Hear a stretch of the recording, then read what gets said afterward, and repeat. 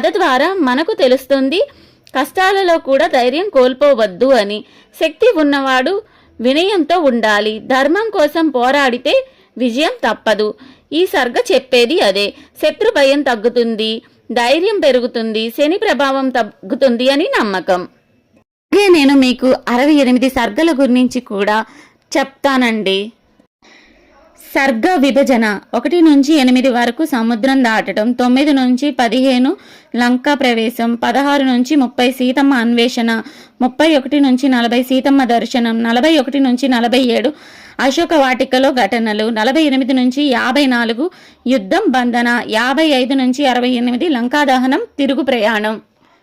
సుందరాకాండ మొత్తం పారాయణం చేస్తే కష్టాలు తొలగుతాయి, ధైర్యం పెరుగుతుంది, శుభ ఫలితాలు వింటారు.